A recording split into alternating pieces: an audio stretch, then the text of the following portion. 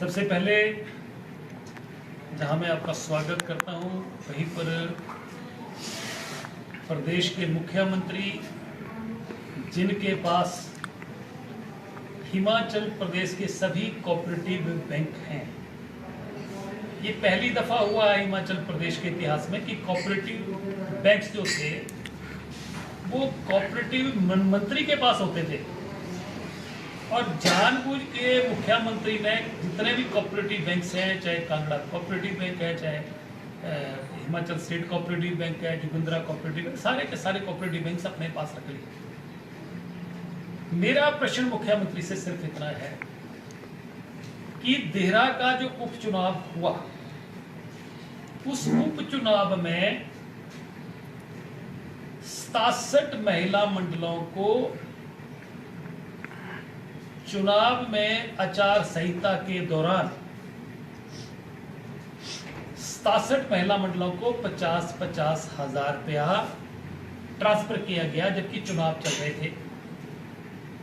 पहला मुख्यमंत्री से प्रश्न यह है कि आप उस विभाग के बैंक्स के मंत्री भी हैं, आपकी धर्मपत्नी चुनाव लड़ रही थी, क्या चुनाव आचार संहिता में अपनी पत्नी को चुनाव जिताने के लिए क्या 67 महिला मंडलों को जो 50-50 हजार रुपया दिया गया, जो कि आरटीआई में जानकारी है, मेरे पास डॉक्यूमेंट पड़ा है, क्या ये कानूनी तौर पर वैध है, कानूनी तौर पर ठीक है या गैर कानूनी है?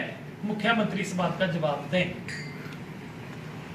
कि क्या अपनी धर्मपत्नी को जिताने के लिए जो ये 67 महिला मंडलों को पैसा गया है, चुनावों में गया है, क्या एक गैर कानूनी है या कानूनी है? मुख्यमंत्री को इस प्रदेश की जनता को स्पष्ट करना पड़ेगा। दूसरा प्रश्न, कोऑपरेटिव एक्ट के मुताबिक अगर किसी कोऑपरेटिव बैंक को किसी को पैसा देना भी है, एक दो जगह कोई सोशल काम के लिए देना भी है, तो सबसे पहले बोर्ड ऑफ डायरेक्टर्स में एजेंडा पास किया जाता है। क्या मुख्यमंत्री बताएंगे कि आपके अधीन जो बैंक है, क्या बोर्ड ऑफ डायरेक्टर्स में ये एजेंडा पास हुआ या नहीं हुआ? मेरी जानकारी के मुताबिक नहीं हुआ। तो क्या मुख्यमंत्री बताएंगे कि प्रदेश की जनता को कि ये गैर कानूनी काम है या कानूनी है?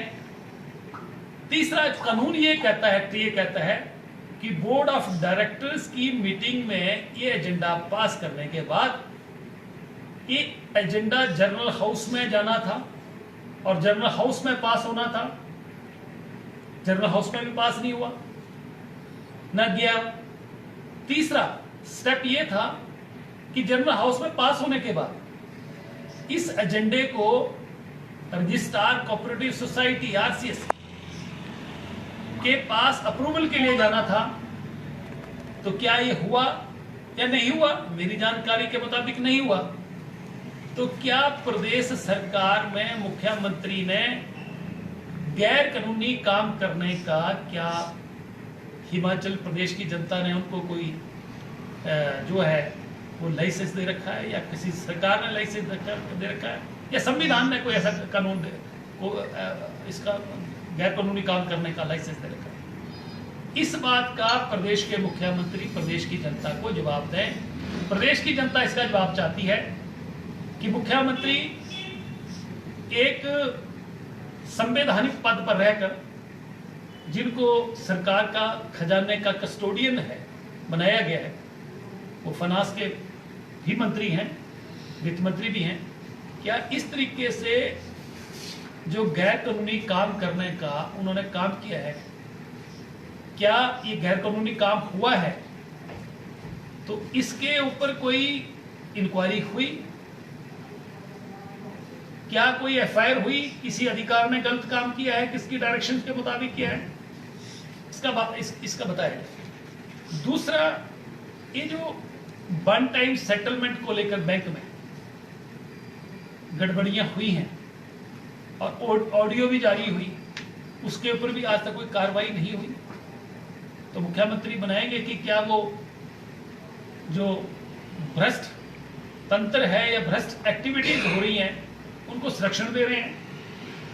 तीसरा, वन टाइम सेटलमेंट को लेकर कितने ऐसे मामले हैं कि लोन 45 करोड़ रुपए का और सेटलमेंट 21 करोड़ में है, तो क्या लेन देन हुए हैं। एक तो बैंक से रिलेटेड मेरा मुख्यमंत्री से प्रश्न है, इनका मुख्यमंत्री जवाब दें। दूसरा,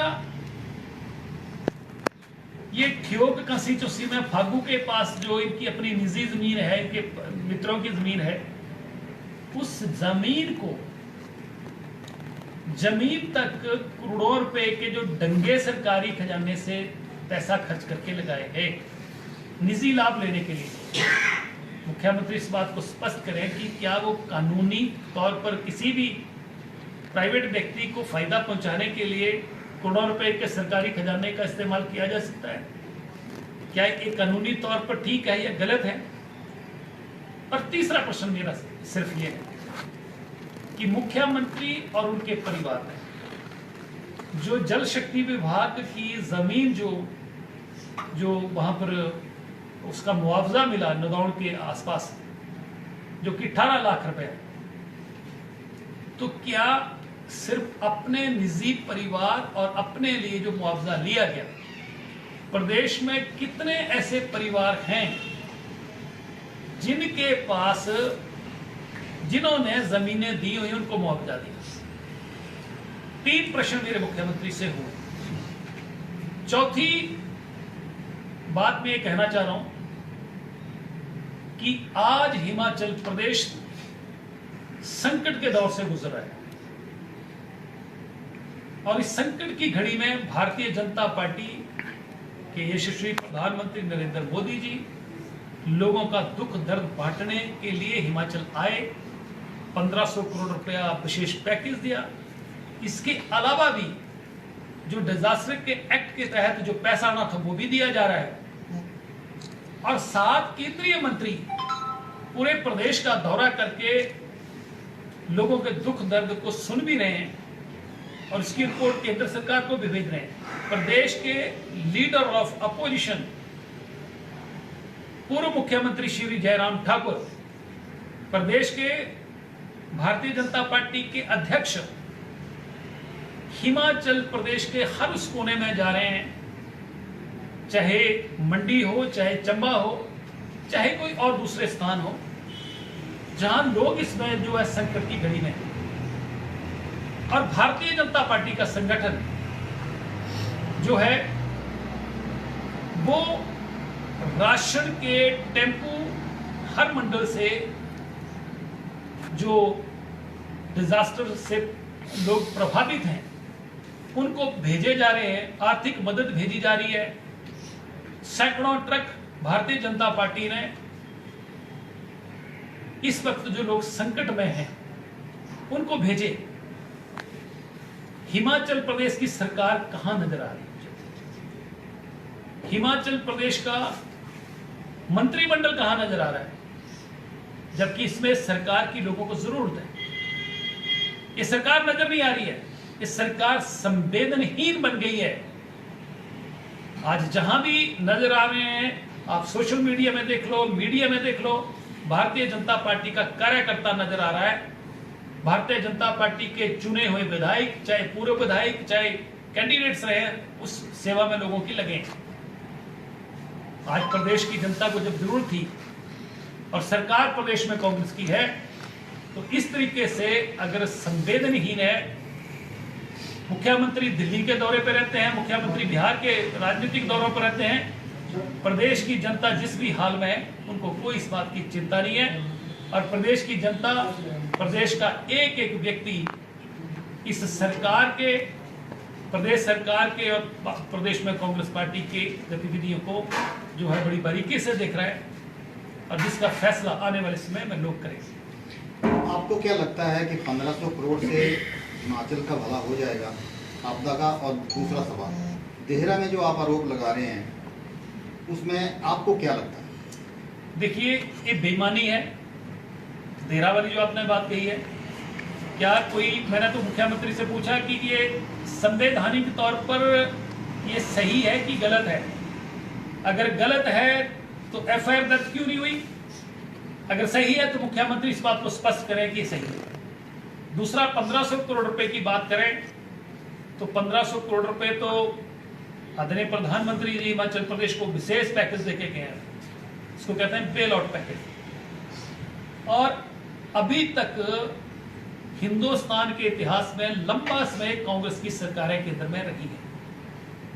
एक उदाहरण भी कांग्रेस सरकार, कांग्रेस की पार्टी कोई बता दे कि केंद्र में जितने भी प्रधानमंत्री इनके रहे, हिमाचल प्रदेश को विशेष पैकेज के तौर पर किसी भी प्रधानमंत्री ने दिया हो।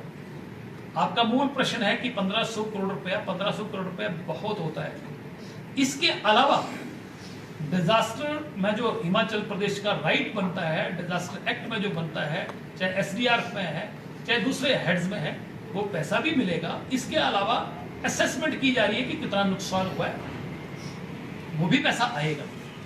परंतु केंद्र सरकार का ये कहना है, भारतीय जनता पार्टी का, कि आज तक केंद्र सरकार से जो पैसा आया उस पैसे को क्या ये प्रदेश सरकार की जिम्मेवारी नहीं बनती थी कि यूटिलाइजेशन सर्टिफिकेट जो है वो उसको जो है केंद्र सरकार को देते कि हमने इस पैसे का इस्तेमाल कर लिया है और हमें और पैसा दीजिए।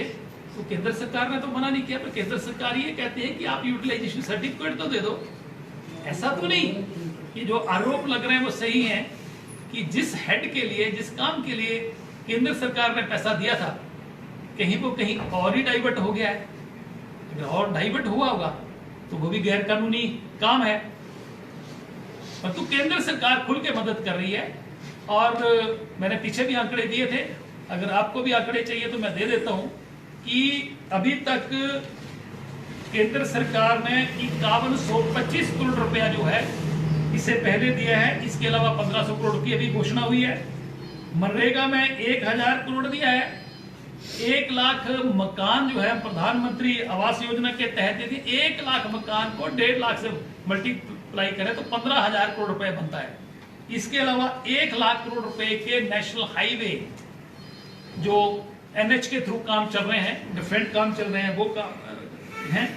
इसके अलावा आप ये देखिए कि प्रदेश सरकार ने 2023 में घोषणा करी थी कि हम 4500 करोड़ रुपया जो है ये जो लोगों का नुकसान है उसमें स्टेट एक्ट से खर्च करेंगे।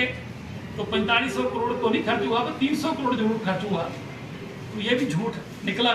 तो सारी की सारी आंकड़े जो हैं आपके समक्ष है। मुख्यमंत्री कहते हैं कि जो मदद था और जो सरकार ने, केंद्र ने मदद की बात की थी, वो 25 में जाके पैसा मिल रहा है। इस पे क्या बोल रहा है? देखिए, उसमें उनके ही राजस्व मंत्री एक प्रश्न के जवाब में राजस्व मंत्री ने कहा कि 3500 करोड़ रुपया हमें डिजास्टर में मिला। और मुख्यमंत्री बाहर मीडिया को बाइट दे रहे हैं वहां पर जो है कि केंद्र सरकार से हमें कोई फूटी कोटी नहीं मिली। तो मुख्यमंत्री झूठे व्यक्ति हैं, हमेशा झूठ बोलते हैं, इसलिए उनके ऊपर कोई हिमाचल प्रदेश की जनता विश्वास नहीं करती। राणा जी, जो आपने देरा का मुद्दा उठाया, केसीसी बैंक का, ये विधानसभा में मुद्दा उठा था और हर जगह उठा, परंतु मुख्यमंत्री इस पर कोई टिप्पणी नहीं करती। तो भाजपा इस मुद्दे पर कैसे उठा रही है, क्या कर रही है भाजपा? देखिए, जनता की अदालत से बड़ी अदालत कोई नहीं है। आपने ठीक कहा कि विधानसभा में ये इस सेशन में भी लगा था, इससे पिछले सेशन में भी लगा था। आरटीआई में बैंक से इंफॉर्मेशन आ गई, आरटीआई में बैंक से इंफॉर्मेशन आ गई, परंतु ये कैसे हो सकता है कि विधानसभा में, पिछले विधानसभा सत्र में भी इसका जवाब नहीं है कि आंकड़े एकत्रित किए जा रहे हैं, सूचना एकत्रित की जा रही है। इस बार विधानसभा में प्रश्न लगा, तो प्रश्न लगते ही जब रात को सूची आ जाती है कि कौन कौन से प्रश्न लगे हैं, और सुबह होते होते वो प्रश्न ही गायब हो जाता है। जब विपक्ष का दबाव पड़ता है तो अगले दिन प्रश्न लगता है और उसमें जवाब आता है कि सूचना एकत्रित की जा रही है। तो आशीष शर्मा जी का, हमीरपुर सदर के जो विधायक, उनका प्रश्न था, तो उन्होंने कहा आपकी सूचना तो एकत्रित की जा रही है, परंतु मेरे पास सूचना है और बैंक ने दी, आरटीआई में दी है कि ये 35 लाख रुपया गया है। तो 35 लाख, मेरा तो प्रश्न है कि 35 लाख रुपया क्या मुख्यमंत्री इस बात को बताएंगे कि ये कानूनी तौर पर दिया जा सकता है या नहीं दिया जा सकता? क्या इसकी औपचारिकताएं पूरी हुई या नहीं हुई? क्या इसको कोड ऑफ कंडक्ट में अपनी वाइफ को जताने के लिए, धर्मपत्नी को जताने के लिए एक प्रदेश का मुख्यमंत्री इस तरीके से काम करेगा? तो प्रदेश की जनता जानना चाहती है कि सही है कि गलत है। नहीं, मैं ये पूछ रहा हूं कि भाजपा क्या करेगी इस मुद्दे पर? आरटीआई में ये आरटीआई में तो इतना ही आएगा ना कि कितने महिला मंडल है, कौन कौन से महिला मंडल है जिनको जो पैसा गया, कितनी कौन सी तारीख को गया, तो वो तो सूचना आ गई। सर बसी साहब पूछ रहे हैं कि ये बार बार ये प्रश्न आप उठा रहे हैं, तो क्या उसका जवाब नहीं आने के बावजूद भाजपा क्या करेगी इस मुद्दे को लेकर? देखिए, भाजपा तो जनता की अदालत में जा ही रही है। जनता की अदालत से बड़ी अदालत कौन सी होती है? Why Bhajpa is not initiating a CBI inquiry into the KCCB scams? Unless state government will not recommend this case, till CBI cannot go for this inquiry. No, when तो they, मैं मांग करता हूं आप लोगों के माध्यम से कि मुख्यमंत्री दम दिखाएं और इस मामले को सीबीआई को रिकमेंड करें। CBI and the central government can take up cognizance without even state government's consent. देखिए, मैक्सिमम जो मामले होते हैं, जैसे अभी आपके जब मामला सामने, गंभीर है, बीजेपी इसके नहीं ऊपर कर रही एक है। सेकंड, आपके सामने विमल नेगी का मामला आया था, तो वो तो कोर्ट के माध्यम से रिकमेंडेशन हुई सीबीआई को गया। अदरवाइज वो उस मामले को स्टेट गवर्नमेंट को देना चाहिए था, नहीं दिया स्टेट गवर्नमेंट। तो कुछ स्टेट गवर्नमेंट के प्रेरोगेटिव है जो स्टेट गवर्नमेंट को ही जब तक अनलेस वो रिकमेंड नहीं करेगी सीबीआई को, तो वो नहीं कर सकते। Why नहीं, तो BJP कोर्ट में भी नहीं, जाएंगे। नहीं, why BJP is not going to the court? BJP court में गई, इंडिविजुअल व्यक्ति गया, जो प्रभावित है वो गया है कोर्ट में। कोर्ट में मामला पिटीशन दायर होती है। राणा जी, NHAI को लेके एक धर्मपुर के विधायक सत्याग्रह बैठे हैं, आपका विधानसभा क्षेत्र लगता है साथ में, किस तरह देखते हैं? देखिए, इस मामले को लेकर तो मैं लगातार उठाता रहा हूं कि जो क्वालिटी ऑफ कंस्ट्रक्शन है NH की, जहां तक ये जो हमारे विधानसभा क्षेत्र के अंतर्गत काम चल रहा है, हमीरपुर टू जो धर्मपुर तक है, 03 ये 03, इसकी जो क्वालिटी है वो बहुत पुअर है और इससे लोगों का नुकसान हुआ है। और आज जो भारी बरसातों के कारण जो नुकसान हो रहा है, इसमें सारी की सारी जो प्राइवेट कंपनी काम कर रही है उसके लिए जिम्मेवार है और सरकार को इस पर एक्शन लेना चाहिए। हमसे जुड़े रहने के लिए हमारे YouTube चैनल को सब्सक्राइब करें और नई वीडियो की नोटिफिकेशन के लिए बेल आइकॉन को दबाएं। अगर आप ये वीडियो Facebook पर देख रहे हैं तो लाइक जरूर करें और ज्यादा से ज्यादा शेयर करें। इसी तरह के और भी अपडेट्स के लिए फॉलो करें हमारा Instagram पेज himachal.k3।